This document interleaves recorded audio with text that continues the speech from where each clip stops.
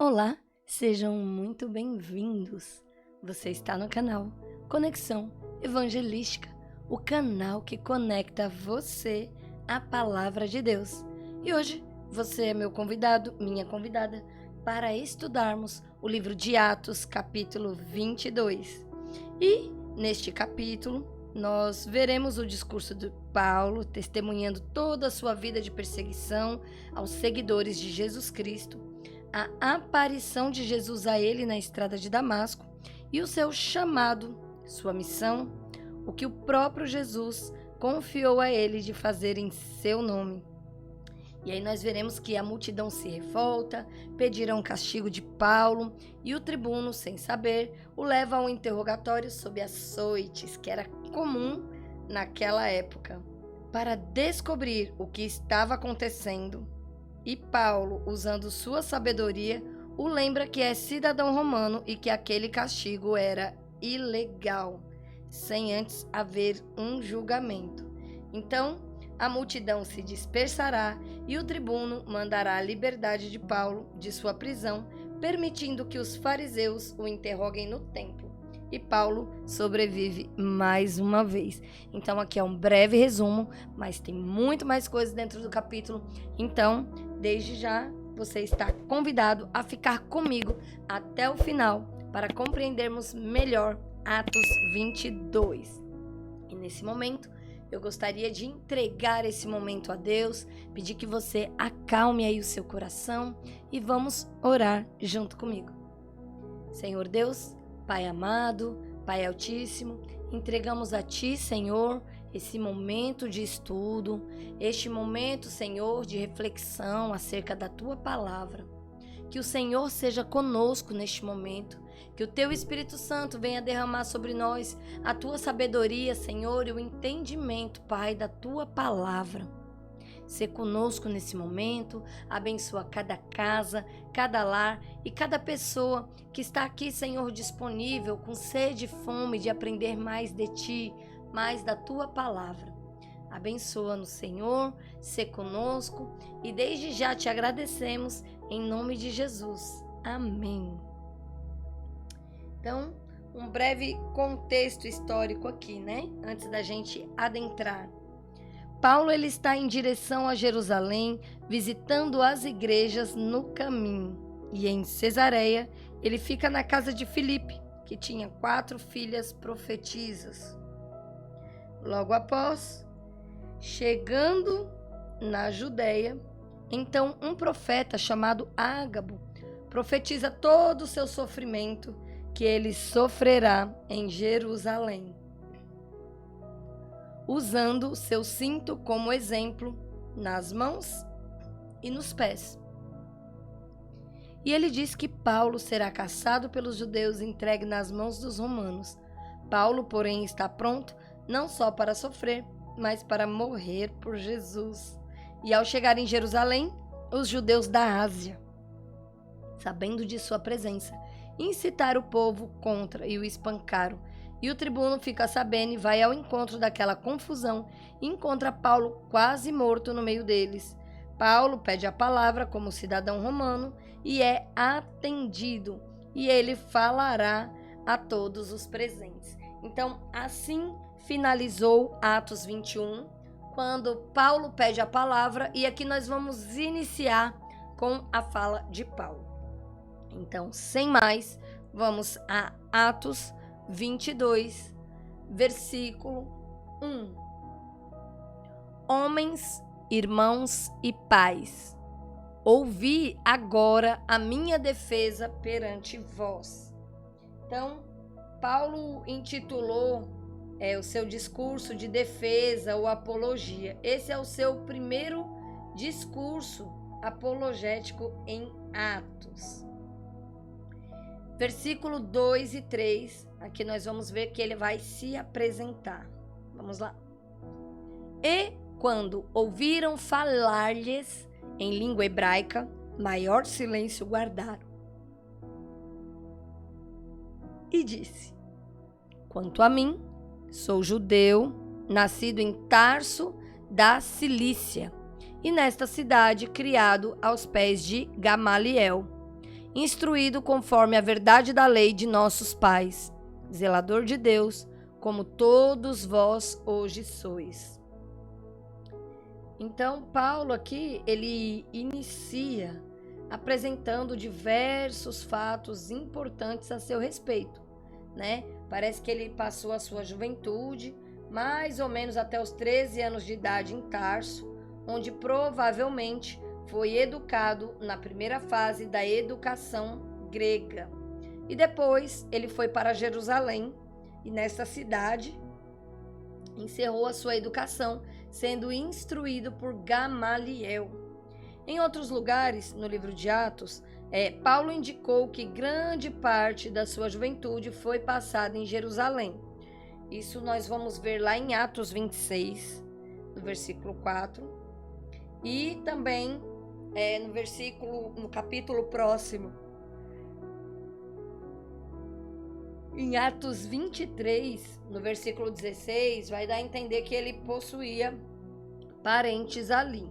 Então, ele já começa mostrando, né, falando àquele povo de onde ele veio, onde ele cresceu, como foi a sua educação. Versículo 4 e 5. E persegui este caminho até a morte, prendendo e pondo em prisões tanto homens como mulheres, como também o sumo sacerdote me é testemunha, e todo o conselho dos anciãos. E, recebendo destes carta para os irmãos, fui a Damasco para trazer maniatados para Jerusalém aqueles que ali estivessem, a fim de que fossem castigados. Então, aqui ele admite, né, que tinha perseguido os seguidores deste caminho até a morte. Indica que ele era mais do que um participante passivo em eventos como apedrejamento de Estevão, que a gente viu lá no início de Atos. Então, Paulo aqui, ele está contando, ele está mostrando que ele era um perseguidor, né, de todos aqueles que criam em Jesus. E aqui, o que é que ele está fazendo? Ele inicia um relato da sua conversão. Porque Paulo, ele era aquele que ele perseguia. E como ele bem diz aqui, ele tinha carta para ir até Damasco. Para que ele queria ir? Como diz aqui, ó, para trazer manietado. O que é manietado? É preso, amarrado. Então, ele era um perseguidor de cristãos. Ele ia, ele trazia preso, ele torturava, ele matava, ele ajudava em apedrejamentos. E aí, a gente vê, né, essa conversão. Ele vai contar aqui o que foi que aconteceu, né? Como assim ele era um perseguidor e passou então a ser um pregador da palavra. Vamos entender aqui. Vou continuar lendo, vou ler do versículo 6 ao 9. Ora, aconteceu que, indo eu já de caminho, chegando perto de Damasco, quase ao meio-dia, de repente, me rodeou uma grande luz do céu. E caí por terra, e ouvi uma voz que me dizia: Saulo, Saulo, por que me persegues? E eu respondi: Quem és, Senhor? E disse-me: Eu sou Jesus Nazareno, a quem tu persegues.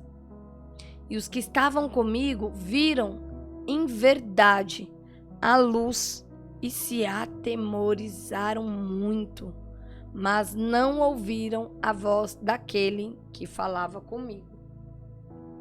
Então veja, né? De acordo com Atos, que a gente já leu, 9:7, os companheiros de viagem de Paulo ouviram a voz que falava com ele na estrada de Damasco, mas não viram ninguém. Agora, nesse versículo, o próprio Paulo afirma que eles não ouviram a voz daquele que falava com ele. Então, aqui já é o próprio Paulo contando, né? E os companheiros de viagem de Paulo pode até ter ouvido a voz, mas não entenderam. Ou pelo menos não entenderam como sendo a voz do Senhor. Então, eles podem até ter escutado algo, mas eles se atemorizaram. Eles tiveram medo. E aqui a gente vê, né, ele contando. Então, como foi esse processo, né? Processo de quê? De conversão. Ele ia no caminho, ele ia com um propósito, achando ele que estava defendendo a palavra de Deus, achando ele que estava em um caminho correto, achando ele que era ali o correto a se fazer. E aí a gente vê o trabalhar de Deus, né? Eu gosto muito dessa palavra, de repente. De repente. Ele diz que de repente rodeou uma grande luz do céu. Então, de repente, ele estava em um caminho com um propósito, que era prender aquelas pessoas que acreditavam em Jesus, os seus seguidores, que era ali fazer algo contrário, né, à vontade do Senhor, embora ele achasse na cabeça dele que ele estava fazendo certo. E Jesus, ele chama pelo nome. Jesus é aquele que, quando vem ao nosso encontro, ele nos chama pelo nome. E aqui ele diz: Saulo, Saulo. Porque o nome de Paulo não é que foi mudado, mas é porque ele se chamava Saulo, mas em outras línguas a tradução é Paulo. Então, mas nome não se traduz, mas tem a diferença, né? De um lugar para o outro, a pronúncia, a maneira da escrita. Por exemplo, né? Aqui em português nós escrevemos Maria, em inglês é Mary. Então, sim, há uma diferença. E o Senhor, ele nos chama pelo nome. E ele, quando ele nos chama pelo nome, ele quer revelar a nós o seu propósito, assim como ele fez com Paulo.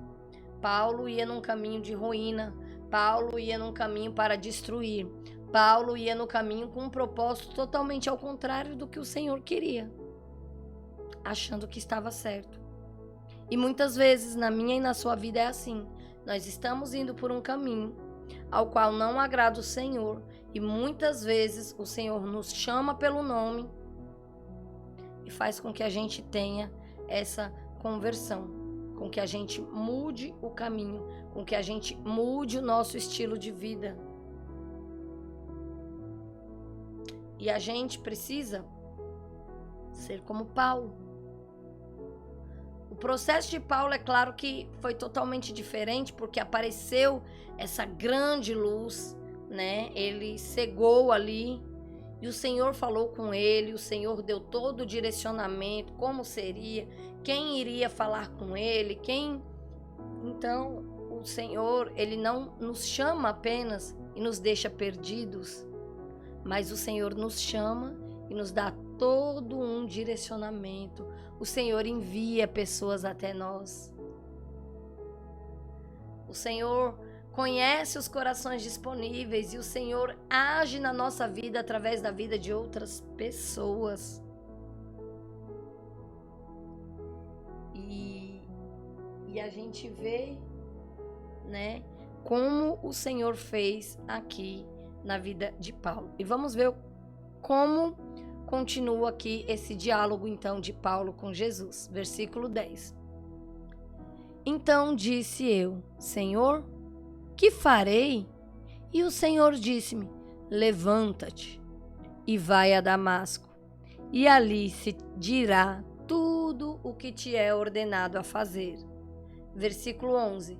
E como eu não via, por causa do esplendor daquela luz, fui levado pela mão do que estavam comigo e cheguei a Damasco. Então você veja, né? Um homem forte, um homem valente, um homem guerreiro que, no meio do caminho, precisou ser levado pela mão de outras pessoas, porque ali ele já não enxergava mais, né? O esplendor da luz o deixou completamente cego. E às vezes nós nos achamos muita coisa. Nós estamos num determinado cargo, num determinado patamar, num determinado patamar, vivemos um determinado padrão perante a sociedade, que é só vaidade, só bobeira e tudo passa. O maior tesouro é estar nos pés do Senhor. O maior tesouro é a gente entender que nós somos dependentes de Deus para tudo, para respirar, para comer, para se levantar, e que nós só estamos vivos hoje, só estamos aqui nesse estudo hoje pela graça e pela misericórdia, porque o Senhor permitiu. Mas Paulo não tinha esse entendimento. Ele se levantou e foi lá e pediu essa carta para ir a Damasco, para trazer o povo manietado, porque ele ia fazer, ia acontecer, ia castigar, ia prender, ia apedrejar. Mas o Senhor, no meio do caminho, muda todos os planos daquele homem. Um homem que ia adiante, agora estava sendo conduzido por aqueles que viajavam com ele. Olha que coisa. Olha aí. Como o Senhor nos coloca no devido lugar em algumas situações para mostrar que nós dependemos dele, até para enxergar.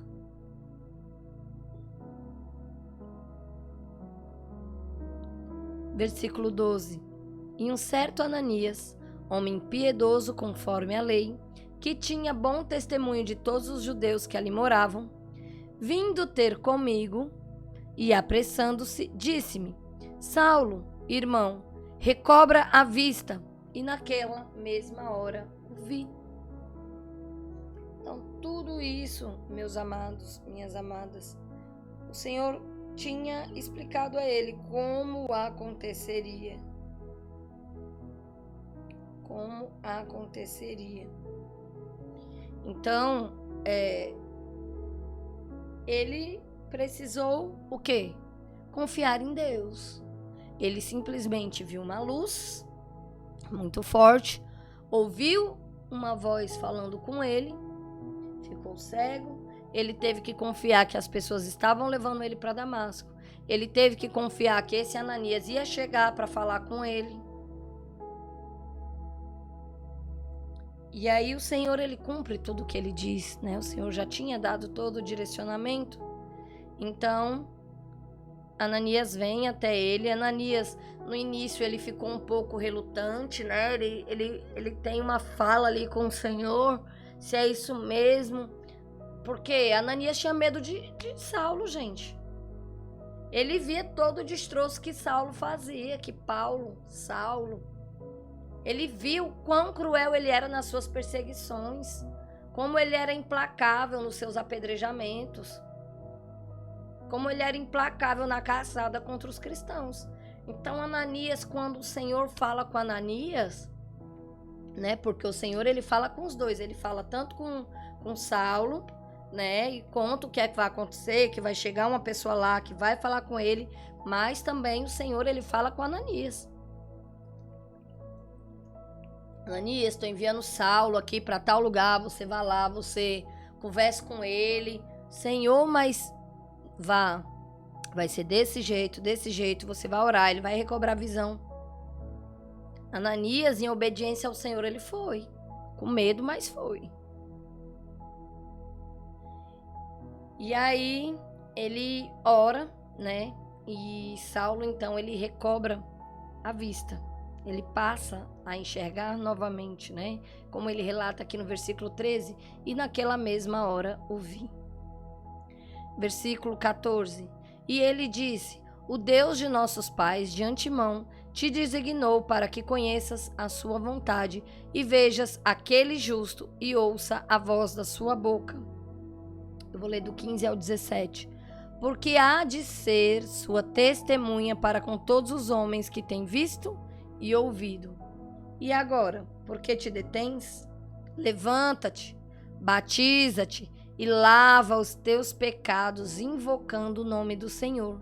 E aconteceu que, tornando eu para Jerusalém, quando orava no templo, fui arrebatado para fora de mim. Então aqui a gente vê esse diálogo de Ananias com Paulo, com Saulo, né? E Ananias vem falando, olha, você vai ser um dos testemunhas. Você vai levar a palavra do Senhor. E aí depois de ter dito tudo, né, ele pergunta, e tá aí parado por quê, né? Por que te detens? Tá aí parado por quê? Cuida, vai lá, levanta, vai se batizar, vai lavar os teus pecados, invocando o nome do Senhor. E aqui no 17 ele conta, né, que quando ele orava, ele foi arrebatado. Versículo 18. E vi aquele que me dizia, dá-te pressa e sai apressadamente de Jerusalém, porque não receberão o teu testemunho acerca de mim. Versículo 19.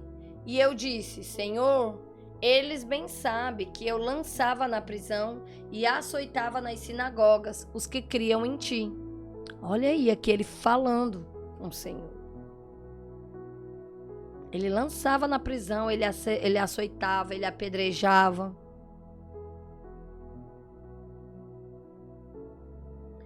E aí, versículo 20. E quando o sangue de Estevão, tua testemunha, se derramava, também eu estava presente e consentia na sua morte e guardava as capas dos que o matavam.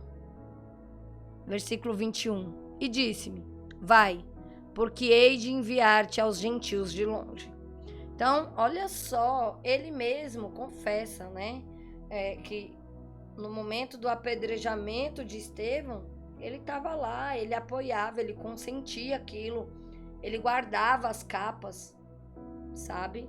Ele incentivava, ele sentia prazer naquilo, de ser um perseguidor. E aí, é o que muitas vezes as pessoas não entendem.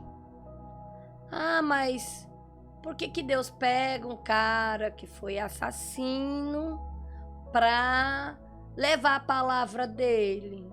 Ai, por que fulano fez e aconteceu, matou e agora tá aí, diz que é pastor e não sei o quê. E todo mundo quer questionar. Engraçado. Todo mundo quer ser salvo. Todo mundo quer ir pro céu. Mas a gente às vezes não quer perdoar o irmão, a gente não quer que o irmão tenha uma nova oportunidade de vida, a gente não quer que a pessoa se arrependa. Eu vejo muitas vezes pessoas se converterem e ao invés das pessoas acharem bom que aquela pessoa está tendo uma mudança de vida, que aquela pessoa teve um arrependimento, que aquela pessoa quer uma nova condição de vida, ela se arrependeu, ela quer ter uma vida nova e as pessoas à volta não querem que ela continue ruim do jeito que era.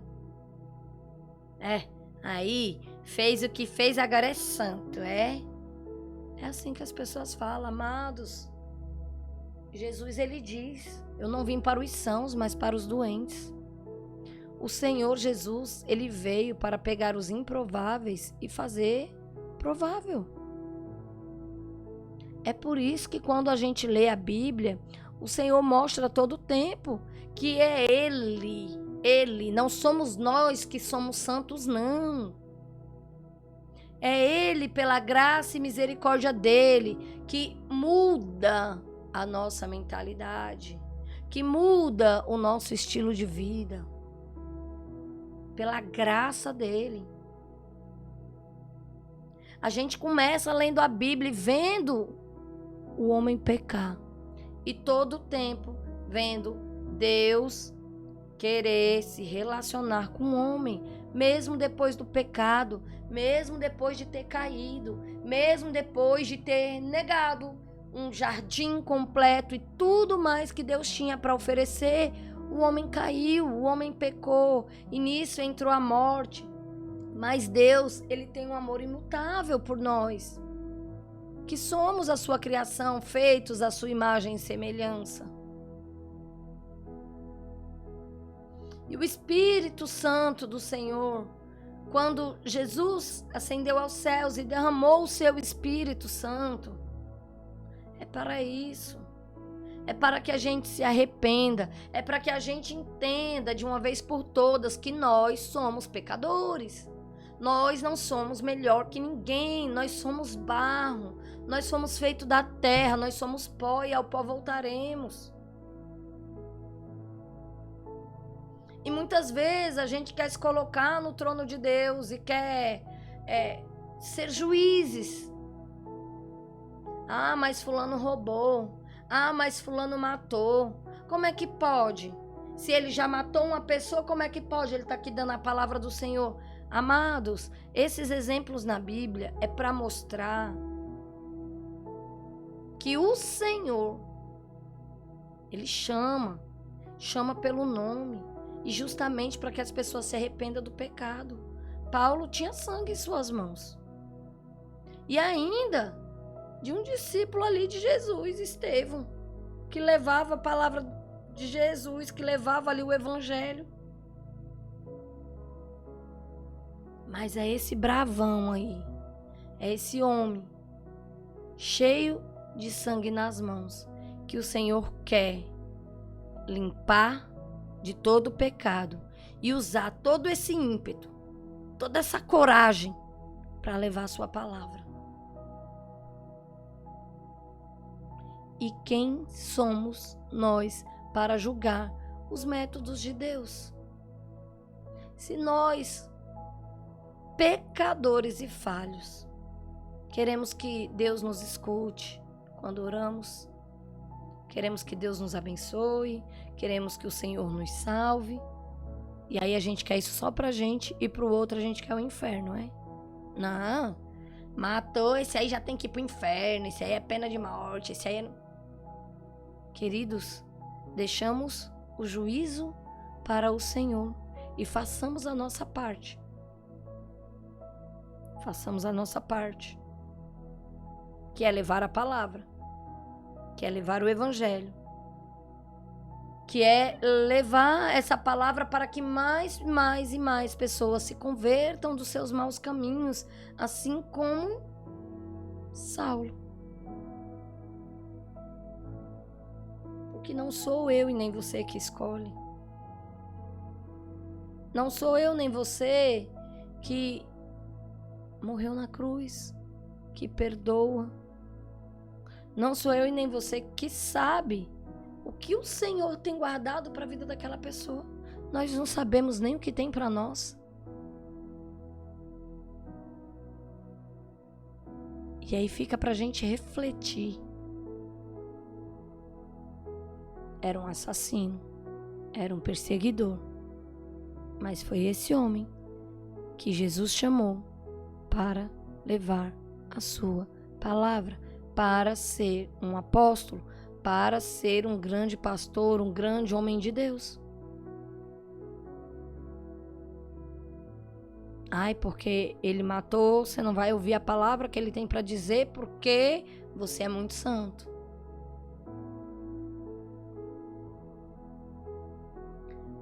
Paulo, ele tinha feito tudo isso, mas ele converteu seu coração ao ponto de morrer pelo evangelho. E eu e você, que às vezes se acha tão bons, será que estamos preparados para morrer pelo evangelho? Será que estamos ao menos preparados para levar o evangelho por onde vamos? Será que estamos pelo menos fazendo isso? Fica a reflexão. Versículo 22. E ouviram-no até esta palavra e levantaram a voz dizendo: tira da terra um tal homem, porque não convém que viva. E aqui estavam os juízes de plantão.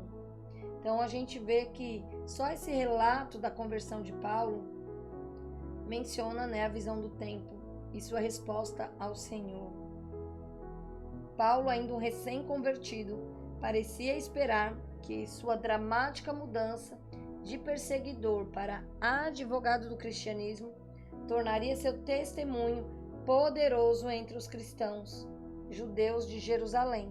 Mas o Senhor sabia que nesse momento eles não o aceitariam. O Senhor, ele já sabe, o Senhor, ele sabe de todas as coisas. E é por isso que ele diz aqui no versículo 18, porque não receberão o seu testemunho acerca de mim. Porque o Senhor, ele conhece o coração de todos os homens. Aqui sobre o versículo 22, a menção que Paulo faz de sua comissão aos gentios é um duro golpe no coração do nacionalismo judaico. Quando ele diz, quando ele fala tudo isso, e aí eles levantam: tira um tal homem, porque não convém que viva. Aqui os juízes de plantão,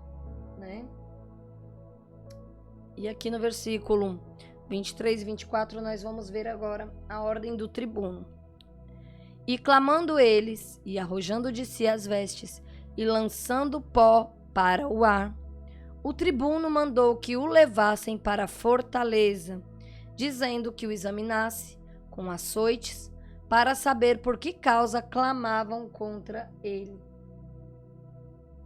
Então, o tribuno romano sabia que Paulo falava grego, mas também sabia que ele era judeu. Portanto, ele entendeu ser legítimo açoitá-lo como primeiro passo para interrogá-lo. E aí a gente vai ver, Será que pode prender e açoitar um cidadão romano, antes que houvesse ali um juízo? Será que podia? Versículo 25. E quando o estavam atando em correias, disse Paulo ao centurião que ali estava: é-vos lícito açoitar um romano sem ser condenado? Versículo 26. E, ouvindo isto, o centurião foi e anunciou ao tribuno, dizendo: vê o que vais fazer, porque este homem é romano. Então, Paulo, ele sabia que era ilegal açoitar um cidadão romano não condenado. Então, isso era algo que não podia. Nós vemos também, voltando em Atos 16, no versículo 37, falar sobre isso. Então, não era lícito. A cidadania romana, ela podia ser obtida mediante o pagamento de propina. Então, veja aí que naquela época já existia uma propina, já existia a compra, das coisas. Vamos ver aqui, eu vou ler do 27 ao 28. E vindo o tribuno, disse-lhe: dize-me, és tu romano? E ele disse: sim. 28. E respondeu o tribuno: eu, com grande soma de dinheiro, alcancei este direito de cidadão. Paulo disse: mas eu sou de nascimento. Olha aí.